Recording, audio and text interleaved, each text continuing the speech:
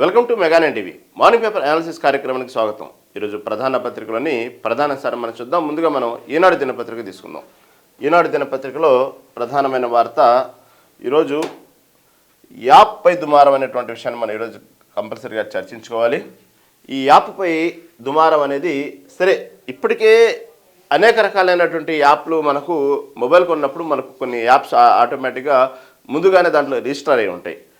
ఎప్పుడైతే మన మొబైల్లో మనం కొన్నప్పుడు ఉన్నటువంటి యాప్ రిజిస్టర్ వల్ల ఇప్పటికి అనేక సార్లు కేంద్ర ప్రభుత్వం అనేక విధాలుగా ఈ సైబర్ క్రైమ్ దాడిన పడుతుందని చెప్పి ఇప్పటికే కొన్ని సార్లు ఆ దాడి జరగాల్సిన నష్టం మొత్తం జరిగిన తర్వాత అనేక సార్లు దానికి సంబంధించినటువంటి యాప్లను డిలీట్ చేసుకోండి అంటూ గతంలో కేంద్రం అనేక సార్లు మనకు చెప్పడం జరిగింది.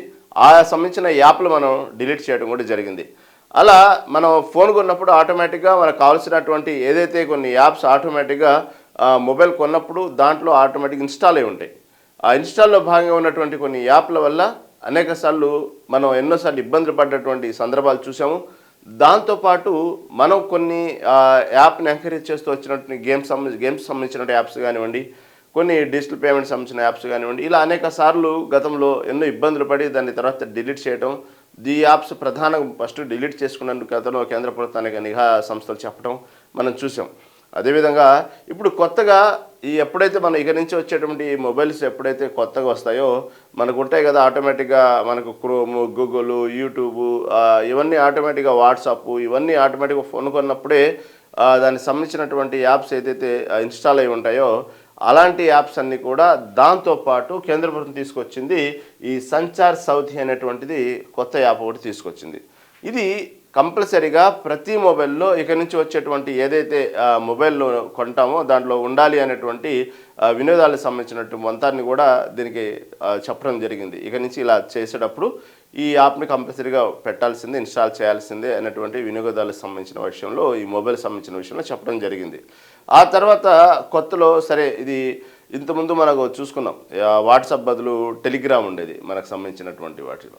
అలాగే టెలిగ్రామ్ లాంటిదేమో ప్రభుత్వానికి సంబంధించింది, అది మన భారతదేశానికి సంబంధించింది. ఎక్కడెక్కడో మనం బయట వేరే చైనా సంబంధించినటువంటి ఆ యాప్లు, వాట్సాప్లు ఇవన్నీ వాడటం వల్ల మన సంబంధించినటువంటి ఇన్ఫర్మేషన్ అనేకమైనటువంటి హ్యాక్ అవుతూ ఉన్నాయి.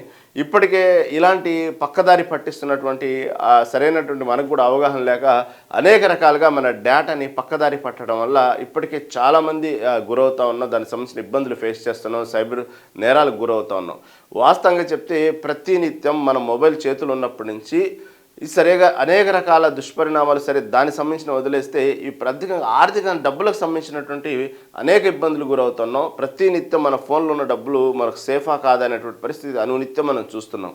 ఎందుకంటే ఇంకా ముందు భవిష్యత్తులో అసలు డబ్బులు సేవ్ చేసుకోవాలంటే ఇక చివరికి మళ్ళీ పాత రోజులు వస్తాయనిపిస్తుంది. పాత రోజుల్లో డబ్బులు ఒక మూట కట్టుకొని మనం ఇంట్లో పెట్టుకుంటాం చూడండి, ఆ విధంగా డైరెక్ట్గా కరెన్సీని ఇంట్లో పెట్టుకునే పరిస్థితి వచ్చిద్దా అనిపిస్తుంది. ఎందుకంటే ఇక్కడ ఒక పక్క కేంద్ర ప్రభుత్వం డిజిటల్ కరెన్సీని ఎక్కడ ఎంకరేజ్ చేస్తూ ప్రతిరోజు డిజిటల్ కరెన్సీ వాడండి అంటూ ఈ డిజిటల్ కరెన్సీ గురించి ఎంకరేజ్ చేస్తున్న క్రమంలో మనం అభివృద్ధి పయనంలో పరిగెడుతున్న సమయంలో అంతే అభివృద్ధి పదంలో ఏఐ సంబంధించిన కొత్త టెక్నాలజీ వచ్చిన క్రమంలో సైబర్ సంబంధించిన నేరగాళ్ళు కూడా అంతే అభివృద్ధి పదంలో ముందుకెళ్తా ఉన్నారు. అనునిత్యం ఏదో ప్రతిరోజు ఎక్కడో చోట మనకు తెలిసిన పరిసరాల్లో, ఎక్కడో వేరే చోట వేరే రాష్ట్రాల్లో కూడా కాదు, మనకు తెలిసిన సరౌండింగ్స్లోనే మనకు తెలిసిన వాళ్ళలోనే ప్రతిరోజు ఏదో ఒక రకంగా సైబర్ నేరాలకు గురవుతానే ఉన్నాం. కావాలంటే ఎవరికోళ్ళు ఒకసారిగా ఆలోచించండి. మనకు తెలిసిన చుట్టాల్లో లేదా మనము ప్రతిసారి మనం సైబర్ నేరాల కింద చిక్కుతున్నాం, లేదా మన ఫోన్లో ఉన్నటువంటి ఒక్కసారిగా హ్యాక్ అవుతున్నా, లేదా మన అకౌంట్లో నుంచి డబ్బులు ఒక్కసారిగా మన ఏదో ఒక పరిజ్ఞానంలో ఉంటే ఓటీపీ చెప్పించుకొని మన చేత మన అకౌంట్లోనే చాలామంది డబ్బులు ఎంతమందికి ఖాళీ అయిపోయినాయి. ఇలా అనునిత్యం సైబర్ క్రైమ్ నేరాలు పెరిగిపోతున్న క్రమంలో, ఇంత టెక్నాలజీ పెరుగుతున్న పోతున్నా అసలు ఫోన్ వాడాలంటేనే భయపడుతున్న సమయంలో అసలు ఇంకా కొంతమంది అయితే పెద్దవాళ్ళు అయితే అసలు ఈ గోలంత ఎందుకని చెప్పి ఈ ఫోన్పేలు కూడా వాడట్లేదు, డబ్బులు కూడా బ్యాంకుల్లో దాచిపెట్టాలని కూడా భయపెడుతున్నారు. ఎందుకంటే కేవలం ఫోన్లోనే కాదు, మన ఏదో ఒక రకంగా మన ఆధార్ కార్డు ద్వారానో ఇవాళ ప్రతి దానికి లింక్ అయి ఉంది కాబట్టి ఏదో ఒక ఇన్ఫర్మేషన్ ఒక ఆధార్ ద్వారానో మనం ఎక్కడన్నా చిన్న చిన్న ఉపయోగించినటువంటి మన ఫోన్ నెంబర్ ఎక్కడైతే ఉపయోగిస్తామో దాని ద్వారా ఏదో ఒక మూలాలు పట్టుకొని ఈ సైబర్ క్రైమ్ నేరగాళ్ళు ఏదో ఒక విధంగా మన అకౌంట్ నుంచి డబ్బులు తీయటం అనేది నిత్యం ప్రతిరోజు జరుగుతూనే ఉంది. కాబట్టి ఈ సైబర్ ఇంటెలిజెన్స్ సంబంధించిన వాళ్ళు ఎప్పటికప్పుడు ఈ సైబర్ డిపార్ట్మెంట్ మొత్తం కూడా ఏదో ఒక రకంగా వాళ్ళని కట్టడి చేయడానికి ప్రయత్నం చేస్తుంటే ఒక దారి ద్వారా కట్టడి చేస్తే వాళ్ళు ఇంకో 10 దారులు వెతుక్కుంటున్నారు. ఏ విధంగా మొన్నటికి మొన్న చూస్తే ఇది ఏ విధంగా అయితే మనకు ఈ విధంగా సైబర్ సంబంధించిన నేరగాళ్ళు మన అకౌంట్లో నుంచి డబ్బులు తీసుకున్న తర్వాత మనకు అర్థం అవగానే వెంటనే గంటలోపు ఇన్ఫర్మేషన్ ఇవ్వండి, ఆ గంటలోపు ఇన్ఫర్మేషన్ ఇస్తే దాదాపు మేము దాన్ని రికవర్ చేయడానికి అవకాశం ఉన్నది. ఎందుకంటే వాళ్ళు ఎప్పుడైతే సైబర్ నేరగాళ్ళు మన అకౌంట్ నుంచి డబ్బులు వాళ్ళు తీసుకుంటారో ఆ గంటలోపు వాళ్లకు వెంటనే ట్రాన్సాక్షన్ అవ్వదు, వాళ్ళ సంబంధించిన అకౌంట్లో ట్రాన్సాక్షన్ అవ్వదు. కాబట్టి ఆ గంటలోపు కనుక మీరు ఇన్ఫర్మేషన్ ఇస్తే దానికి మనం ఏ విధంగా వాళ్ళు ముందు హోల్డ్ చేసేసి అమౌంట్ని తర్వాత ఏదో ఒక విధంగా మనం రికవర్ చేయగలుగుతామని గతంలో చెప్పారు సైబర్ పోలీసులు. దాన్ని కూడా దాటవేసి వాళ్ళకి ఆ పరిస్థితి అర్థమైపోయి సైబర్ నేరగాళ్ళు ఆ గంటలోపు వాళ్ళ పర్సనల్ అకౌంట్కి ట్రాన్స్ఫర్ చేసుకోకుండా వెంటనే దానికి సంబంధించిన వేరే వేరే దేశాల్లో ఉన్న అకౌంట్కి ముందు ఫస్ట్ దానికి సంబంధించినటువంటి అకౌంట్ ట్రాన్స్ఫర్ అయిపోయి ఆ తర్వాత దాన్ని బిట్ కాయిన్ రూపంలో ఏదో ఒక రూపంలో దానికి దాన్ని ట్రాన్స్ఫర్ చేసేసి తర్వాత నిదానంగా వాళ్ళ అకౌంట్లోకి ట్రాన్స్ఫర్ చేస్తున్నారు. ఇలా ఎప్పటికప్పుడు అదొక కొత్త టెక్నాలజీ నేర్చుకున్నారు. ఇప్పుడు అలా పట్టుకుంటే మాత్రం ఇక రికవర్ చేయడం ఆ విధంగా మనకు ట్రాన్స్ఫర్ అయితే మాత్రం ఇక డబ్బుల్ని రికవర్ చేయడం అనేది ఇక దాదాపు కష్టమే, ఇంకా అది అయ్యే పని కాదు. ఈ విధంగా సైబర్ నేరగాళ్ళు అనునిత్యం ఏదో ఒక కొత్త టెక్నాలజీ పదింతలు ఆలోచించి మనకు ఏదో ఒక విధంగా మనకు సంబంధించినటువంటి మోసానికి గురవుతానన్నాం. సరే, కొన్ని అయితే ప్రభుత్వ రంగ సంస్థలకు సంబంధించిన బ్యాంకులు, ఎస్బీఐ కానివ్వండి, ఇలాంటి యూనియన్ బ్యాంక్స్ కానివ్వండి, ఇలాంటి ప్రభుత్వ రంగ సంస్థల బ్యాంకుల నుంచి మనకు చాలా లీగల్గా మన మొబైల్స్కి చాలా లీగల్గా మెసేజ్లు వస్తాయి. వచ్చినప్పుడు చూస్తే చాలా లీగల్గానే మనకు సంబంధించిన బ్యాంకే, మన అకౌంటే, మన ఇన్ఫర్మేషన్ ఉన్నట్టే ఉన్నది. కానీ చివరికి ఆ బ్యాంక్ మెసేజ్లు కూడా ఓపెన్ చేయాలన్నా ఏం చేయాలన్నా కూడా భయపడాల్సిన పరిస్థితి. ఎందుకంటే అంత లీగల్గా మనం వాడే బ్యాంకు నుంచి మనం వాడిన బ్యాంకు అకౌంట్ డీటెయిల్స్ మన సంబంధించినటువంటి ఏదైతే వాడుతున్నామో ఆ బ్యాంకు లోగో ద్వారానే మనకు ఇన్ఫర్మేషన్ రాగానే మనం సరే నిజమే అనుకుంటున్నాం, చివరికి అలా కూడా మోసం జరుగుతుంది. ఇలా అనేక రకాలుగా సపోజ్ మనం ఏదైనా షాపింగ్ కాంప్లెక్స్కి వెళ్ళాము, షాపింగ్ చేస్తే మనకు దగ్గరలో చాలా మంది తిరుగుతూ ఉంటారు పాపం నిరుద్యోగులు. దానికి సంబంధించినట్టు సార్ మీ డీటెయిల్స్ ఇవ్వండి, ఫోన్ నెంబర్ ఇవ్వండి, లక్కీ డ్రా ఉంది, అది ఇదని చెప్పి తిరుగుతూ ఉంటారు చిన్న చిన్న పుస్తకాలు పట్టుకొని. మనకు కూడా సరే పాపం చిన్నపిల్లలు అడిగారు కదా అని చెప్పి వాళ్ళకేదో పాపం టార్గెట్స్ ఉంటాయిలే అని చెప్పి మనం కూడా కొంచెం ఎక్కడో జాలిపడి వాళ్ళకి మనం మొబైల్ నెంబర్ ఇస్తాం. మొబైల్ నెంబర్ ఇచ్చిన తర్వాత వాళ్ళు ఆ మొబైల్ నెంబర్ తీసుకెళ్ళినటువంటి వారానికో 2 రోజులకో 10 రోజులకో మనకు కాల్ చేస్తారు. సార్ ఇలా ఫలానా మీరు షాపింగ్కి వచ్చినప్పుడు మా మొబైల్ నెంబర్ ఇచ్చారు కదా, ఇలా సో కొంతమందికి మేము లక్కీ డ్రా వేసాము, ఆ లక్కీ డ్రాలో లక్కీగా మీ నెంబర్ తగిలింది, మీకు గిఫ్ట్ ఆఫర్ వచ్చింది సార్, వచ్చి మీ ఫ్యామిలీతో తీసుకెళ్ళండి అంటారు. అనగానే సరే అరే ఆనందపడి అరే ఎంతమందిలో నా నెంబర్ తగిలింది, నాకు గిఫ్ట్ ఆఫర్ అంటున్నారు, ఫ్రీ అంటున్నారు, రూపాయి కట్టాల్సిన అవసరం లేదంటున్నారని చెప్పి మనం ఎగేసుకుంటూ వెళ్తాం. వచ్చేటప్పుడు వాళ్ళు చాలా క్లారిటీగా చెప్తారు, వచ్చేటప్పుడు ఫ్యామిలీతో రండి సార్, మీ మిస్సెస్తో రండి, అది ఇదని చెప్తారు. సరే వెళ్ళిన తర్వాత వాళ్ళు అప్పుడు ఒక మార్కెటింగ్ స్టైల్ మొదలు పెడతారు దానికి సంబంధించి. సరే అదంతా ఒక ప్రాసెస్, దానికి ఒక ఇన్సూరెన్స్లు కట్టమనో ఇవ్వనో ఏదో ఒక మార్కెటింగ్ ప్రాసెస్ కట్టేసి మనకు ఉండేటువంటి AD&D పాలసీ ఉంటాయి కదా కామన్గా, ఆ పాలసీ ఒకటి కట్టించేస్తారు మన చేత. దానికి సరేలేని మనం అక్కడికి వెళ్ళిన తర్వాత దూరం వచ్చాం కదా అని ఏదో వాళ్ళ మాటలు కన్విన్స్ అయ్యి చేస్తూ ఉంటాం. అంతవరకు నో ప్రాబ్లం, సరే ఏదో ఒక జనరల్ ఇన్సూరెన్స్ పాలసీ అన్న వస్తుంది కాబట్టి. కానీ ఆ ఒక ఇచ్చిన మొబైల్ నెంబరు వాళ్ళు దాన్ని ఎంతమందికి మార్కెటింగ్ చేసుకుంటారంటే, ఎంతమందికి ఆ డేటా నమ్ముకుంటారంటే ఇక రకరకాలుగా వెళ్ళిపోయింది ఆ డేటా, ఇక ఎవరికి పడితే వాళ్ళకి వెళ్ళిపోతూ ఉన్నది అనమాట. అందుకే మనం ఎక్కడైనా సరే ప్రతిదానికి ఆధార్ కార్డు ఉపయోగించాలన్నా అసలు మన ఆధార్ కార్డు ఎక్కడెక్కడ ఉపయోగపడుతుందనే విషయంలో కూడా తెలుసుకోవడానికి సపరేట్గా ఒక పోర్టల్ సైట్ను కూడా ఏర్పాటు చేశారు. అది కంపల్సరీ మనం ఫాలో అవ్వాలి. అసలు మన ఆధార్ కార్డు ఎక్కడెక్కడ వాడుతున్నారు, ఏ విషయాల్లో వాడుతున్నారని కూడా చూడాలి. ఇలా మనం అడుగుతున్నారు కదా అని చెప్పి ప్రతి సిమ్ కార్డుకు ఒక ఆధార్ కార్డు జిరాక్స్ ఇచ్చేసి ప్రతి దానికి ఒక ఆధార్ కార్డు జిరాక్స్ ఇవ్వటం కూడా మనకు పరిపాటిగా మారింది. అసలు ఆ జిరాక్స్ అనేది కామన్గా ఇచ్చేస్తున్నాం, అసలు ఆధార్ కార్డు జిరాక్స్ అని, అది కూడా చాలా డేంజర్ ఆపరేషన్. ఎలా అయితే షాపింగ్ మాల్లో మనం ఫోన్ నెంబర్ ఇస్తూ ఉంటామో ఆ ఫోన్ నెంబర్ వాళ్ళు కాంటాక్ట్ పద్ధతులు ఎక్కడెక్కడైతే అమ్ముకుంటూ ఉంటారో డేటా కోసం వాళ్ళు తీసుకెళ్ళి ఆ డేటాని రియల్ ఎస్టేట్ వాళ్ళకి అమ్ముతారు, రకరకాల మార్కెటింగ్ వాళ్ళకి అమ్ముతారు. ఆ నెంబర్ ద్వారా రకరకాల వాళ్ళు దానికి సంబంధించిన సైబర్ క్రైమ్ నేరాలకు సంబంధించిన వాళ్ళకి వాళ్ళ ఆలోచన వాళ్ళకు ఉంటాయి. ఆ నెంబర్ అటు వెళ్ళిపోయింది. ఇక మన నెంబరు కుక్కలు చెప్పిన ఇస్త్రాకులాగా ఎటు పడితే అటు వెళ్ళిపోతూ ఉన్నది. మనం మంచి పనిలో ఉంటాం, వర్క్లో ఉంటాం, నిద్రలో ఉంటాం. ఒకసారి ఫోన్ చేస్తారు వెంటనే, సార్ ఫలానా చోట వెంచర్ ఉంది, ఇలా ఉంది ఇలా ఉంది, ఒకసారి వినండి అంటారు. ఈ నెంబర్ ఎక్కడ వెళ్ళిందా అంటే ఇలాగే వెళ్ళిద్ది. ఈ షాపింగ్ కాంప్లెక్స్ ద్వారానే ఆ నెంబర్ వాళ్ళకి వెళ్ళిద్ది. సడన్గా మనకు ఒకసారి మంచి పనిలో ఉంటాం, ఫోన్ చేసి మీకు మీ అకౌంట్కి ఇంత లోన్ వచ్చిద్ది, పర్సనల్ లోన్ ఇంత ఇవ్వగలుగుతాము అని ఒక ఫోన్ వచ్చింది. ఇలా ఈ మన నెంబర్ ఎక్కడి నుంచి ఎట్టెళ్ళిందంటే దీనికి అన్నిటి కారణం ఇలా అనునిత్యం మన నెంబర్ ఏదో ఒక రూపంలో వెళ్ళిపోయి అలా వెళ్ళినటువంటి నెంబర్లు కేవలం మనకు డిస్టర్బ్ చేయడంతో పాటు ఆ నెంబర్ రకరకాల పరిణామాలకు దారితీసి చివరికి ఒక ఫోన్ నెంబర్ ద్వారా, ఎందుకంటే అదే ఫోన్ నెంబరు మనం ఇక్కడ సంబంధించినటువంటి బ్యాంక్ అకౌంట్కి యాడ్ చేసుకుంటున్నాం. అదే ఫోన్ నెంబరు మనకు వచ్చి గ్యాస్ సంబంధించి ఇంటికి వచ్చే గ్యాస్కి అదే దానికి సంబంధించిన యాడ్ చేసుకుంటున్నాం. ప్రతి నిత్యం ఏదో మన మన ఆధార్ కార్డు అప్డేట్కి అదే నెంబర్ వాడతాం, వాట్సాప్కి అదే నెంబర్ వాడతాం. ప్రతి దానికి కంపల్సరీ వాడాలి, అది రూల్. అది వాడకుండా ఉండటానికి లేదు. మనం ఇంట్లో నుంచి బయటకు వచ్చామంటే మనకు సంబంధించినట్టు అన్నీ కూడా మన ట్రాన్స్పరెన్సీ మనం అనుకుంటున్నాం. ఓకే, మనం ఏదో జాగ్రత్తగా ఉంటున్నాము, జాగ్రత్త బతుకుతున్నామని కాదు. మనం కేవలం మనకు తెలియకుండానే మనం ప్రతి దాంట్లో అందరి చేతుల్లో మనం హైజాక్ అయి ఉన్నాం. ఒక రకంగా చెప్పాలంటే మన ఫోన్ నెంబరు, మన ఆధార్ కార్డు, మన లైఫ్లు, మన బ్యాంక్ అకౌంట్లు అన్నీ కూడా మనకు తెలియకుండానే అన్నీ హైజాక్ అయి ఉన్నాం. కేవలం మన స్కెల్టన్ లాగానే ఉన్నాం అనమాట. కాబట్టి ఎలా దాటి వేసుకుని ప్రతి ఒక్క స్టెప్ దాటుకున్న తర్వాత ఇంకో స్టెప్కి వెళ్ళాలన్నా, ఇంకో స్టెప్ దాటి ఇంకో స్టెప్కి వెళ్ళాలన్నా ఏదో ఒక రకంగా మనం మోసపోవటం, అంటే మనకు తెలిసినా తెలియకపోయినా మనకు జరగాల్సిన నష్టం మాత్రం జరిగిద్ది. మనం ఎంత తెలివితేటలుగా ఉన్నప్పటికీ కూడా మనం ఓటీపీలు చెప్పకూడదు. మన ఫోన్లో వస్తుంటాయి, కేవైసీ డాక్యుమెంట్స్ చెప్పబాకండి, ఓటీపీలు చెప్పబాకండి, మీ డీటెయిల్స్ ఇవ్వబాకండి. ఏ బ్యాంక్ వాళ్ళు మిమ్మల్ని ప్రత్యక్షంగా కాల్ చేసి మీ ఓటీపీలు అడగరు, మీ అకౌంట్ డీటెయిల్స్ అడగరు, అవి ఏం అడగరు. ఎన్నిసార్లు చెప్పినప్పటికి కూడా మనం ఎంత తెలివిగా ఉన్నప్పటికీ కూడా ఏదో ఒక రూపంలో వాళ్ళు కొత్త పందాలు దొరుకుతూ మనం ఏదో ఒక విధంగా మోసపోతానే ఉంటాం. కావాలంటే సరి చెక్ చేసుకోండి. కాబట్టి ఇలా మన లైఫ్ మన చేతుల్లోనే లేదు. కేవలం అసలు ప్రతిదీ కూడా టెక్నాలజీతో పాటు మోసానికి కూడా గురవుతూ ఉన్నాం. ఈ విధంగా డిజిటల్ పేమెంట్స్ వచ్చిన తర్వాత అందరూ డిజిటల్ పేమెంట్స్ మీద ఆధారపడ్డాం. దాని ద్వారా కూడా అనేక రకాలుగా మోసాలకు గురవుతున్నాం. డిజిటల్ పేమెంట్స్ వల్ల కూడా మనం వాడేటువంటి స్కానర్ల వల్ల కూడా ఒకసారి ఇబ్బందులు పడుతున్నాం. ఇంకా కొత్త పందాలు వస్తున్నాయి.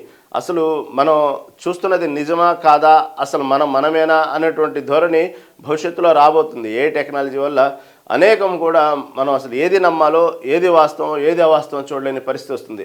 మనం కేవలం ఏఐ సంబంధించినటువంటి వీడియోలో ఒక్క రూపంలో మనం చూస్తూనే మనం మాట్లాడుకుంటున్నాం. ఏఐ అంటే ఇలా చాలా న్యాచురల్గా నిజమా అబద్ధమా క్రియేట్ చేసి ఒక వీడియో రూపంలో ఏఐ అనుకుంటున్నాం. కాదు, ఏఐ అనేది ఒక వీడియో రూపంలోనే కాదు, అనునిత్యం ప్రతి విషయంలో ఇక ఈ శాఖలో లేదు, ఈ విధంగా ఉండదు అనటానికి లేదు.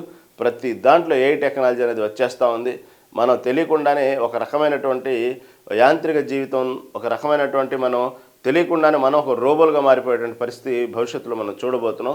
ఈ ఏఐ టెక్నాలజీ వల్ల ఎన్ని లాభాలు ఎలా ఉన్నాయో నష్టాలు కూడా అంతకు 10 ఇంతలు ఉన్నాయి. భవిష్యత్తులో మనం చూడబోతున్నాం. ఇంతటి ఇన్సెక్యూర్గా బతుకుతున్న తరుణంలో ఈ కేంద్ర ప్రభుత్వం తీసుకొచ్చినటువంటి సంచార్ సౌధి యాప్ అనేది కూడా ఇది డేంజరా కాదని పక్కన పెడితే దీన్ని మ్యాండేటరీ చేయడం అనేది ఇప్పుడు ప్రతిపక్షాలు గొగ్గోలు పెడుతున్నాయి. ఎందుకంటే గతంలో కూడా ఇలాంటి ఇలాగే ఈ ఫోన్ ట్యాపింగ్ వల్ల సంబంధించినటువంటి విషయంలో అనేక సార్లు మనం గురైనటువంటి సందర్భాలు చూసాం. పెద్ద జడ్జీలు కానివ్వండి, రాజకీయ నాయకులు కానివ్వండి, ఈ విధంగా గతంలో ఇలాగే కొంతమంది 100 మంది ఫోన్లు ట్యాప్ అయ్యి ఇబ్బందులు పడ్డటువంటి పరిస్థితి చూసాం. దీనికి సంబంధించిన కూడా ఇప్పుడు సంచార్ సౌధి అనే విషయంలో కూడా ప్రతిపక్షాలు ఎందుకు గగ్గోలు పెడతా ఉన్నారంటే ఇది మ్యాండేటరీ చేయడం అనేది వాళ్ళు ఒప్పుకోవట్లేదు. ఎందుకంటే ఈ ఫోన్లు ఇది కంపల్సరీ మ్యాండేటరీ చేయడం వల్ల ఇప్పటికే ఉన్న టెక్నాలజీని బట్టి ప్రస్తుతం ఉన్న వాటిని మనం గతంలో కూడా లాస్ట్ ఇయర్ తెలంగాణ రాష్ట్ర రాజకీయాల్లో ఈ ఫోన్ ట్యాపింగ్ ఎంత కుదిపేసిందో రాష్ట్ర రాజకీయాన్ని మనం ఒకసారి చూసాం. ఇప్పటికీ ఆ కేసు వదలలేదు, ఒక్కళ్ళని వదలలేదు. ఒక రాజకీయ నాయకులు కాదు, ఒక సెలబ్రిటీలని కాదు, సెలబ్రిటీల పియర్ ఇంట్లో పని మనుషులతో సహా, రాజకీయ నాయకుల డ్రైవర్లతో సహా అందరినీ ఏ విధంగా తిప్పలు పెట్టిందో మనం చూసాం ఈ సంబంధించినటువంటి ఫోన్ ట్యాపింగ్ విషయం. ఇప్పటికీ ఆ విషయం తేలలేదు. అనేక మంది దానికి హాజరయ్యారు. తీగలాగితే డొంకంతా కదిలింది. ఈ విధంగా దానికి వెనక పెద్ద ఇదే ఉన్నారు. ఎవరెవరైతే ప్రతిపక్షాల్లో ఉన్నారో రాజకీయ నాయకులు వాళ్ళు ఏం మాట్లాడుకుంటున్నారా, ప్రభుత్వం మీద ఏం చేయబోతున్నారా, వీళ్ళ ప్లాన్స్ ఏంది, వీళ్ళ కుట్రలు ఏంది కనుక్కునే క్రమంలో అధికార పార్టీ చేసినటువంటి పెద్ద దుమారమే ఈ ఫోన్ ట్యాపింగ్. దాని ద్వారా అనేక మంది కొన్ని విషయాలైతే అప్పట్లో కొంతమంది జీవితాలే అస్తవ్యస్తంగా మారిన పరిస్థితులు ఉన్నాయి. కొంతమంది రాజకీయ నాయకులు వేసిన వ్యూహాలు బయటపడి దానికి ప్రతి వ్యూహాలు వేసుకొని వాళ్ళకి దెబ్బ కొట్టిన సందర్భాలు ఉన్నాయి. ఇవన్నీ కూడా గతంలో అనేక మంది రాజకీయ నాయకులు మా ఫోన్ ట్యాపింగ్ ఏంది చెప్పినప్పటికీ కూడా పెద్దగా పట్టించుకున్న దాఖలాలు లేవు. తీరా చూస్తే అది చాలా చాలా భారీ ఎత్తున నష్టం చేకూర్చింది. ఆ ఫోన్ ట్యాపింగ్ విషయం మొత్తం తెలంగాణ రాష్ట్ర రాజకీయాలనే కొన్నాళ్ళు ఒక హాట్ న్యూస్, ఒక కుదిపింది. దానికి సంబంధించిన విషయంలో అనేక మంది ఇలాగే సెలబ్రిటీలే కాదు, పెద్ద పెద్ద సంబంధించిన జడ్జీలు, లాయర్లు, వ్యాపారవేత్తలు అందరూ దీనికి బలైన వాళ్ళే ఫోన్ ట్యాపింగ్ విషయంలో. అలాంటిదే గతంలో చూస్తే ఇలాంటి విషయాల్లో అనేకం జరిగినాయి గతంలో కూడా. కాబట్టి ఈ మ్యాండేటరీ చేయటం అనేది కూడా, సంచార్ సౌదీ అనేది మ్యాండేటరీ చేయటం అనేది కూడా ఇప్పుడు ప్రతిపక్షాలు ఇలాంటిదే అంటున్నారు. ఇలాంటి యాపే ఇది కూడా. ఈ మన వ్యక్తిగత సమాచారం, గోప్యతగా ఉండే సమాచారం వీళ్ళు ప్రభుత్వం ఏ విధంగా మనల్ని దోపిడీ చేసి వ్యక్తిగత సమాచారం రాబట్టడం అనేది ఎంతవరకు కరెక్టు? ఒక స్నేహితులు చేసిన చాటింగ్ చూస్తానంటుంది, ఇంట్లో భార్యాభర్తలు చేసి చాటింగ్ చూస్తానంటుంది. అదేవిధంగా ఒకళ్ళని టార్గెట్ చేసి ఫలానా వాళ్ళు సంబంధించినటువంటి ఫోన్ ఎందుకు వాడుతున్నారు, ఎవరికి వాడుతున్నారు, ఏంది అనే విషయాన్ని కూడా కనుక్కోవడానికి ఒక పెద్ద రాజకీయ కుట్ర జరుగుతూ ఉంది. ప్రతి విషయాన్ని కూడా మన వ్యక్తిగత సమాచారాన్ని ప్రభుత్వానికి ఏం పని? దీని ద్వారా అనేక రకమైనటువంటి పరిణామాలు దారితీస్తే భవిష్యత్తులో కేవలం దురుద్దేశంతోనే ఈ సంచార్ సౌదీ అనేది ప్రభుత్వం తీసుకొచ్చింది అనేటువంటి విషయాన్ని మాత్రం ప్రతిపక్షాలు అయితే గగ్గోలు పెడతా ఉన్నాయి. దీనికి సంబంధించి ప్రభుత్వం అయితే దీనికి సంబంధించి మాత్రం మ్యాండేటరీ చేసింది. సంచార్ సౌదీ అనేది ఫోన్లో కంపల్సరీగా ఈ యాప్ ఉండిద్ది అనేది. కాకపోతే ఇక్కడ దీనికి సంబంధించినటువంటి విషయాల్లో మాత్రం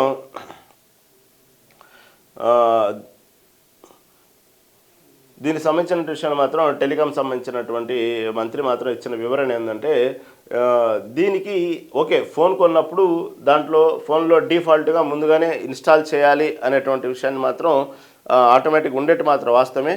కాకపోతే ఎవరైతే ఫోన్ వాడుతున్నారో వాళ్ళు దాన్ని ఇన్స్టాల్ చేసుకొని ఓపెన్ చేసుకుంటేనే అది రన్నింగ్లోకి వచ్చింది. వద్దనుకుంటే ఇన్స్టాల్ చేసుకోకుండా ఉండొచ్చు, కావాలంటే డిలీట్ కూడా చేసుకోవచ్చు అంటూ టెలికాం సంబంధించిన మంత్రి చెప్తున్నటువంటి విషయం కాదు. ఇది ఆటోమేటిక్గా మ్యాండేటరీ. దీనికి సంబంధించినటువంటి ఆటోమేటిక్ ఇన్స్టాల్ ఇన్బుల్ట్గా వచ్చింది ఫోన్లో. కాబట్టి దీనివల్ల మనకు ఏదైతే ఫోన్లో కొన్ని ఆటోమేటిక్గా ఇన్బుల్ట్ అయ్యి వస్తాయో ఇది కూడా ఈ సంచార్ సౌదీ యాప్ అనేది ఇన్బుల్ట్గా వచ్చేసిద్ది. కాబట్టి ఇది రావటం అనేది చాలా ప్రమాదకరం. దీనివల్ల భవిష్యత్తులో అనేక పరిణామాలు దారితీస్తాయంటూ ఈ యాప్నేమో డిలీట్ చేసుకోవచ్చని కేంద్రం చెప్తుంది.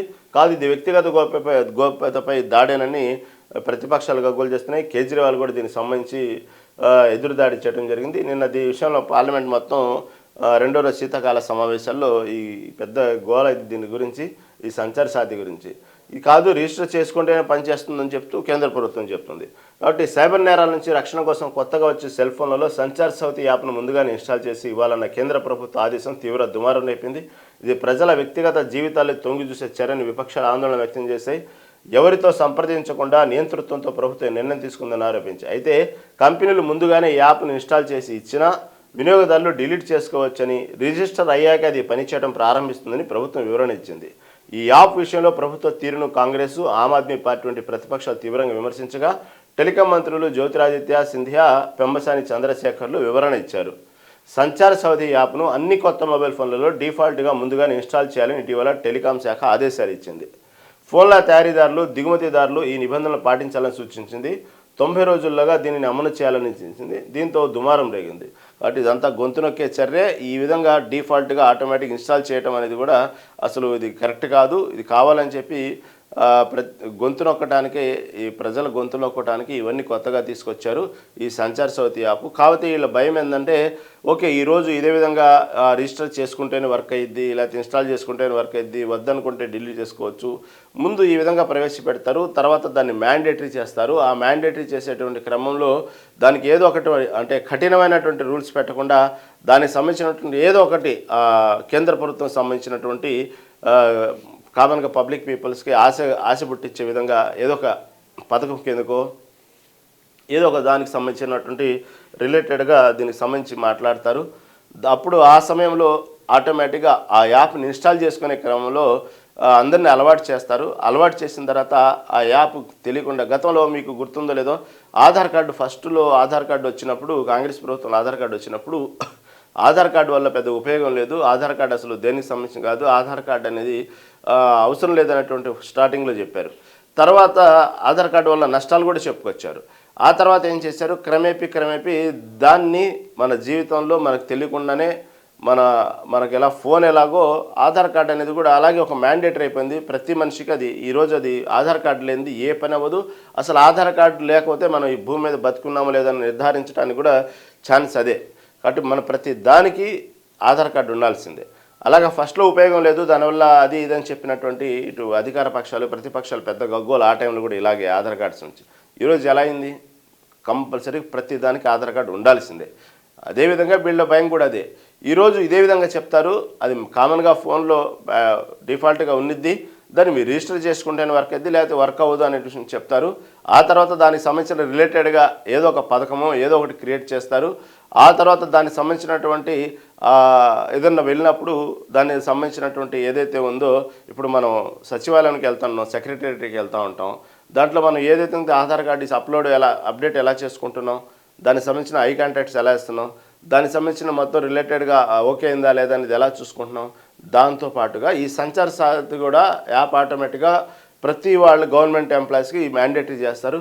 వాళ్ళు మన ఫోన్ నెంబర్ తీసుకొని, మనం చూస్తే గతంలో వైసీపీ ప్రభుత్వంలో అప్పుడు కూడా ఒక యాప్ దిశ యాప్ అనే వచ్చింది.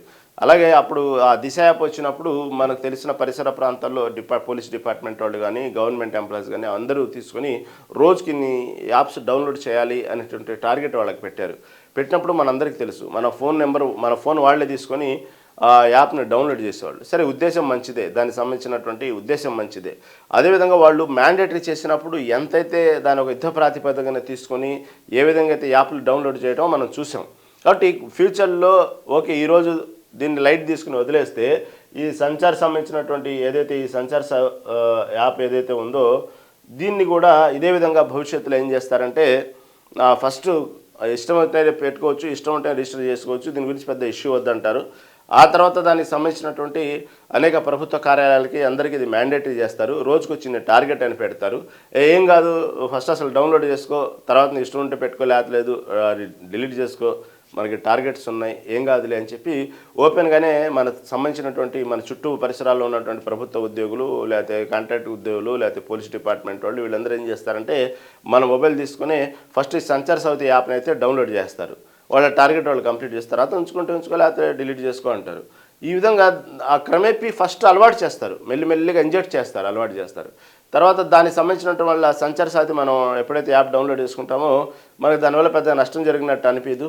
దానికి సంబంధించినటువంటి ఏదన్నా ప్రభుత్వ పథకాలకో దానికి సంబంధించిన లేదా ఆధార్ కార్డు సంబంధించిన అప్డేట్లకు దానికి వెళ్ళినప్పుడు మీకు సంచార సారథి యాప్ ఉందా, దానికి ఆ లింక్ కలపాలి, ఆ లింక్ ఓపెన్ చేయాలి. ఆ లింక్ ఓపెన్ చేయాలంటే సంచార సారథి యాప్ మాత్రం కంపల్సరీగా డౌన్లోడ్ చేసుకోవాలనగానే మనకు ఆ టైంలో వచ్చేటువంటి ఏదో ఆ పథకం, సంక్షేమ పథకాల మీద ఆస్తూ మనం ఏం చేస్తామంటే వెంటనే సరే డౌన్లోడ్ చేసుకుంటాం.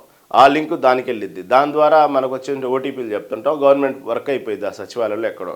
ఓకే, దీనివల్ల వర్క్ అవుతుంది, మన దానివల్ల రిలేటెడ్గా ఉంది కాబట్టి మనకు ఆ పథకం మిస్ అయిద్దేమో అనేటువంటి ఒక ధోరణి ఫస్ట్ మనం మానసికంగా అలవాటు చేస్తారు.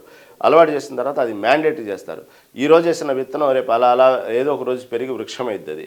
ఆ తర్వాత వీళ్ళు చెప్పినట్టుగానే కేవలం కేంద్ర ప్రభుత్వం ఏ ఉద్దేశంతో పెట్టిందా, దీంట్లో లాభం ఎంత నష్టం అనేది ఇక తర్వాత విషయం. దాన్ని మనం అంత డీప్గా ఎగ్జాక్ట్గా నష్టం కోసమే ప్రభుత్వం మనం మోసం చేయడానికో మనం ఏదో వెన్ను విరవటానికో పెట్టిందా కేంద్ర ప్రభుత్వం అంటే దాన్ని మనం క్లారిటీ 100% చెప్పలేం. కానీ ఒకసారి దీన్ని అవి అలవాటు చేయటం, మొబైల్లో మ్యాండేటరీ చేయటం, ఆటోమేటిక్ డిఫాల్ట్గా యాప్ అనేది మన మొబైల్ కొన్నప్పుడే రావటం అనేది మాత్రం 100% జరిగిద్ది.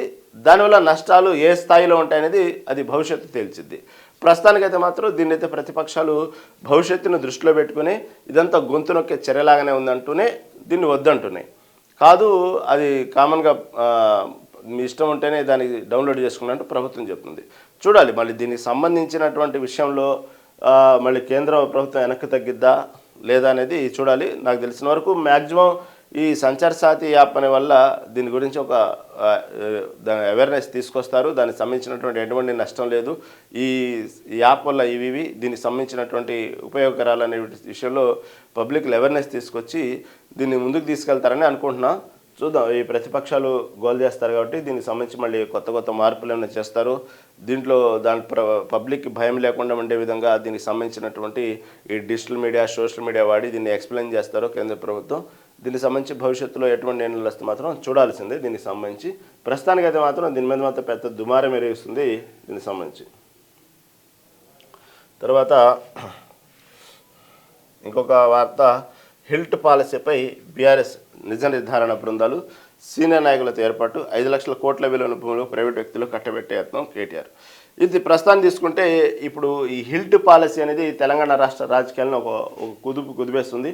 ప్రతిపక్షాలు మాత్రం దీనికి సంబంధించి పెద్ద దుమారం రేపుతున్నాయి. కాకపోతే ప్రభుత్వం మాత్రం దీన్ని మాత్రం సమర్థించుకుంటా ఉంది. ఈ హిల్ట్ పాలసీ గురించి ఏదైతే ప్రస్తుతం ప్రభుత్వానికి ఆదాయం చాలా తక్కువగా ఉంది కాబట్టి ఎందుకు పనికి రాకుండా పడేసినటువంటి ప్రభుత్వ భూములనైతే దీనికి సంబంధించినటువంటి అమ్మకానికి పెట్టడం, దీని ద్వారా అభివృద్ధి జరగడం, వచ్చేటువంటి డబ్బులతో ఏదైతే ఈ ప్రభుత్వానికి సంబంధించిన భూములు వచ్చిన డబ్బులతో ప్రభుత్వం తీసుకొని ఈ పథకాలు కానివ్వండి, అభివృద్ధి కార్యక్రమాలు కానివ్వండి ప్రభుత్వాన్ని వాడాలనేది ప్రభుత్వ వాదన కాదు. ఈ రూపంలో మాత్రం భారీ స్థాయిలో భూ కుంభకోణం జరుగుతుంది. భవిష్యత్తులో ఏదైనా ప్రభుత్వానికి సంబంధించినటువంటి ఏదైనా అవసరాల నిమిత్తం ఏదైనా వాడుకోవాలంటే మాత్రం ఏం చేయాలి, అలాంటప్పుడు మనకు ప్రభుత్వ భూమిలో నమ్మేసే పరిస్థితి ఏందా అనేటువంటి విషయాన్ని మాత్రం ఇటుపక్క ప్రతిపక్షాలు చెప్తున్నాయి. మళ్ళీ హిల్ట్ అనేది తెలంగాణ రాష్ట్ర రాజకీయాల్లో కుదిపేస్తుంది. ఏమైతే మాత్రం భవిష్యత్తు నిర్ణయించాల్సిందే. చూద్దాం దీనికి సంబంధించి